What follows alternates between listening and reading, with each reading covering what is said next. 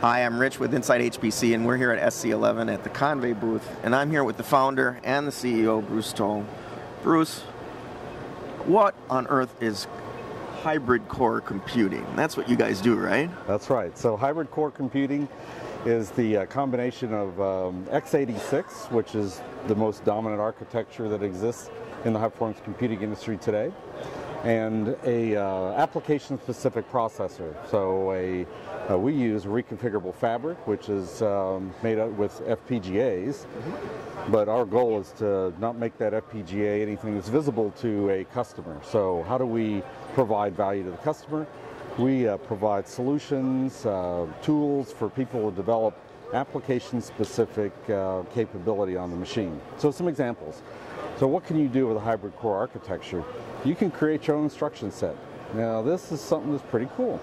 I mean, for all of us who've been in high performance computing for a while, you know, you get sometimes you handed an instruction set architecture and say, make the best of it, right? Well, we've got the beautiful opportunity for someone to say, here's my application, what's the right instruction set architecture for it? And so we can add instructions that do a specific thing, you know, 20, 30, 100 times faster than what you might be able to do in a standard x86 instruction. So in the end, like a matrix multiply or something like that? Matrix multiply, or you know, a Bioinformatics compare, an FFT. You know, a good example for FFTs is, you know, you have to do a twiddle in there. So, you know, that's a bunch of swapping of bytes around. Why not have a twiddle instruction, right? Pretty cool.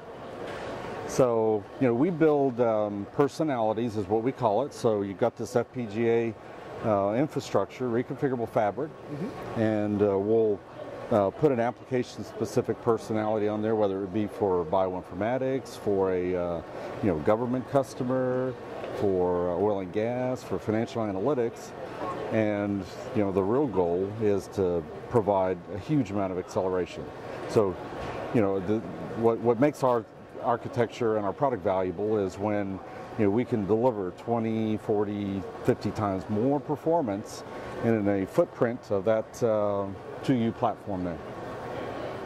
So, but this thing boots up Linux on x86, doesn't it? I mean, essentially, it's not like an exotic box. It doesn't look strange to people. It's what they're used to. Is that the case? You're exactly right. So it boots. We have CentOS on the box, and it boots up as swiftly as any Linux operating system does, and it looks and feels and it manages just like a standard server in a data center. You know, one of the analogies that for some of us that have a little bit of gray hair in the industry is, you remember back when there was an 8086 and a floating point coprocessor? You plug that in and you just went faster. So it's the same kind of concept. Our box has a coprocessor, and you tell it, you know, what it needs to do, and it just goes faster. It sounds easy, but you know, why aren't more people doing it then? So, you know, the first thing, and you know this being in the industry, is whenever you solve a particular problem, you move the problem somewhere else. For example, you provide a huge amount of computational capability, you have a memory bandwidth problem, or you've got an I/O problem. So our goal was to build the coprocessor, we call it, with a very high performance memory system. So being guys back from Convex, our roots, we put a scatter-gather memory system in there, and that means you're not, particularly when you're doing sparse matrix type of operations, you're not throwing away 7/8 of a cache line when you're manipulating data. So we can pump data and feed these hungry little application-specific processors at a tremendous rate. And so that's the magic, and we do it all in virtual memory cache coherency. Now that takes some people know how to do. Okay, so let's talk about the company. It seems like you guys have some real momentum going. Can you give me some proof points on that? Yes. So a couple of really cool things. You know, we just announced our Graph 500 results. You know, we had 6 entries, and you know, for a platform like that it can deliver the performance of, you know, for instance, a Cray XMT or the you know, the Jaguar machine at Oak Ridge, in that little footprint. Pretty amazing, isn't it? So you're up there with these machines that are dozens of cabinets, and with the cost that goes associated with that, and you're up against with this 2U thing, and you're in the same ranks. That's amazing. Right. And it's, again, it's targeted. It's a perfect data analytics machine. You think about, so some of our customer announcements we've had recently, Virginia Bioinformatics Institute doing genetic research. Reconfigurable fabric is perfect for genetics, you know, because DNA is made up of 4 nucleotides, and basic, digital tells us we can represent 4 things in 2 bits.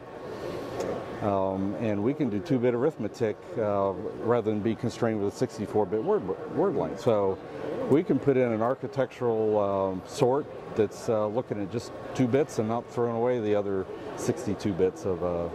So it's really cool what we've done there. So bioinformatics is a big area. Metagenomics, DNA reference-based alignment, BLAST, Synth Waterman. So we've got a whole suite of solutions in the bioinformatics space. We've got a lot of partners in the research and institute research area, that University of Bielefeld, for instance, in Germany, a whole suite of people that buy the platform so they can create their own instruction set. Does this thing, can you make like a Beowulf cluster of these, or is it single node, that's what you get? No, we much prefer clusters of them. Yeah, and they stack just like regular x86 boxes. Going back to our early points, is they look and feel just like any other 1U, 2U server, and you can put bunches of them in a rack and manage them with cluster tools. And you know, the cool thing is you can get.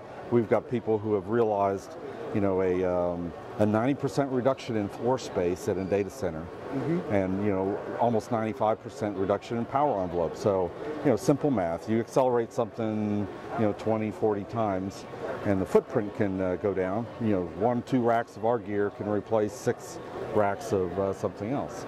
And so, you know, our quest and our journey is to continue to innovate with new personalities.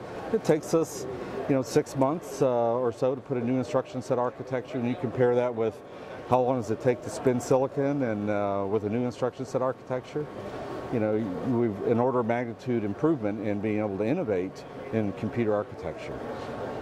So just looking forward, kind of a wrap-up question here. Does hybrid core have a role to play in exascale, you think? Absolutely. So everybody is, I believe everyone's acknowledged that the path to exascale is some sort of heterogeneous model. So it's not going to be homogeneous, and because power is such a huge problem, as you know. So we believe that this kind of technology, for, you know, the right solution set, you know, provides that capability, you know, to guide us, you know, to meet the power and cooling demands that you would have to have for an exascale machine.